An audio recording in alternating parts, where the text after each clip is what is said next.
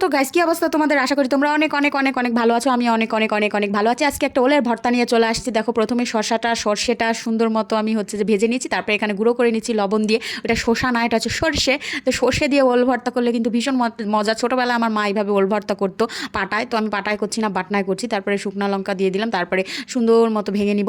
তো যারা এই যে টোল ফেরা করে না, যে যেটাই করুক, তো টোল ফেরা করলে তো তাদের উপকারী হয়। যাকে নিয়ে ট্রোল করে তাই কিন্তু ভাইরাল হয়ে যায়, সুপার ডুপার ভাইরাল। তো এমন বিরক্ত লাগছে, আমাদের নিয়েও কেউ টোল ফেরা করো গাইস, তাহলে আমরা ভাইরাল হতে পারবো। ভিডিও দিতে দিতে এত পরিমাণ বিরক্ত হয়ে গেছি গাইজ, এখন কোনো ভিউ নাই, কিছু নাই, তারপরেও ভালো লাগে ভিডিও দিতে। কি বলবো, আমরা তো ভিডিও দিয়ে কোনো টাকাও পাই না, তারপরেও চলে যাচ্ছে এই অবস্থা।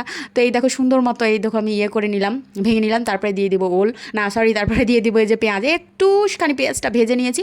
এই ভাজা পেঁয়াজ দিয়ে সুন্দর মতো মেখে নিব, তারপরে দিয়ে দিব ওল। ভাতে সেদ্ধ দিয়েছিলাম ওল, ছোটোবেলায় সকালবেলা গরম গরম ভাত আর এই ওল ভর্তা করতো আমার মা, কি যে মজা লাগতো খেতে। তবে সেই স্বাদটা এখন আর লাগে না, ছোটোবেলায় যে স্বাদটা লাগতো এখন আর লাগে না। কে আর জানি, আমি জানি না, মনে হয় বড় হয়ে গেলে সব জিনিসের টেস্ট পাল্টে যায়। আর কোনো জিনিসেরই আগের মতো স্বাদ নাই, স্বাদ নাই, কিচ্ছুই নাই। আগে যেগুলো খেতাম কি পরিমাণ যে স্বাদ লাগতো, আর এখন সেই জিনিসের আর স্বাদই নাই। ছোটোবেলা যদি ছোটো মাছ চচ্চড়ি করতো আমার মা, হাতে মেখে পেঁয়াজ কাঁচামরিচ আর একটু রসুন থেতে করে দিত, আর কিচ্ছু মশলা দিত না, হলুদ গুঁড়ো আর একটু তেল, আর কোনো মশলা না, কিচ্ছু না, ওটাতে এত পরিমাণ স্বাদ হতো এই চচ্চড়িটা। তবে এখন এত কিছু দিয়ে রান্না করিয়ে ছোটো মাছের চচ্চড়িটা সেই আগের মতো ছোটোবেলায় সেই স্বাদটা আর পাওয়া যায় না। তো আমার অলরেডি হয়ে গেছে ওল ভর্তা, এখন খেতে যাব। তোমরা চলে আসো আমার সাথে, থাল নিয়ে আসবে, আমার বাসা থালের খুব সংকট। তো তারপরে আমি চলে আসছি শাক ভাজি করার জন্য, ওটা আমি সকালবেলায় রান্না করেছিলাম, গরম ভাত আর ওল ভর্তা, এটা রান্না হচ্ছে রাতের জন্য। তো আমি আজকে হচ্ছে রসুন গোটা গোটা দিয়েছি, কারণ আমার মেয়ে রসুন খেতে চায় না, থেতো করে দিইনি। রসুন ভেজে এতে শাক দিয়ে দিলাম, আজকে শাকটা ভাপ দিয়ে নিইনি, এক আটি শাক আনছে, তো আমার এক আটি একাই লাগে, তো এক আটি শাকের জন্য আর ভাপ দিইনি, একদম ডাইরেক্ট তেলের দিয়ে ভেজে নেব। লাল শাক কিন্তু ভীষণ মজা লাগে আমার, তবে এই লাল শাকের স্বাদটাও কমে গেছে গাইজ। আগে কি পরিমাণ খেতে ভালো লাগতো, একটুখানি লাল শাক নিয়ে ভাত মাখালে পুরা ভাত একদম লাল টকটকা হয়ে যেত। আর এখন এই যে লাল শাকের লালটাই হারিয়ে গেছে, এখন আস্তে আস্তে মানে রং পাল্টে ফেলছে, লাল শাক সবুজ শাক হয়ে যাচ্ছে, মানে সবুজ শাকের মতো প্রায় হয়ে যাচ্ছে।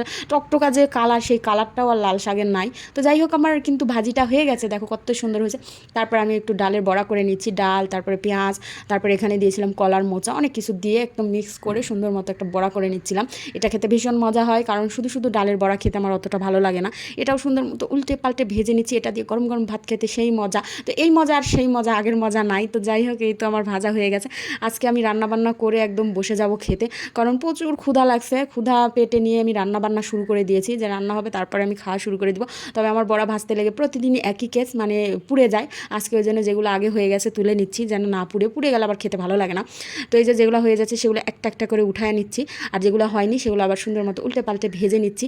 ভেজে তারপরে খেতে যাব, কখন যে খেতে যাব এই চিন্তা করছি আর রান্না করছি। তো যাই হোক, আমার রান্না হয়ে গেছে, এখন আমি একটু ডালে সম্বার দিব, সম্বার না বার্গার না কি যেটাই বলে, বাগার। তো পেঁয়াজ রসুন সুন্দর মতো ভেজে নিচ্ছি। আজকে হচ্ছে পুঁই শাক দিয়ে ডাল রান্না করছি, এটা আমি প্রেশার কুকারে দিয়েছিলাম। তো হয়ে গেছে, এটাতে শুধু সম্বার দিয়ে নামিয়ে নিব আর খাবো। তো তোমরাও দাঁত রইলো, চলে আসো খেতে। আজকে এই পর্যন্তই, আল্লাহ হাফেজ।